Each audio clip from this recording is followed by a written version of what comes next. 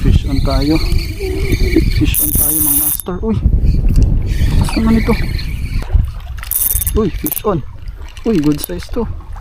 Oh, okay. Yun mga master, fishing tayo ulit.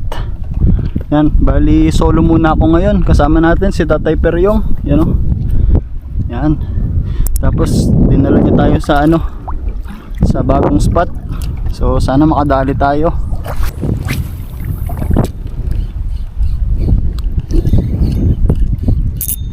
Fish on tayo. Fish on tayo mga master. Uy, lakas naman ito. Ano to? Lakas sumila. Uy, lapo yata.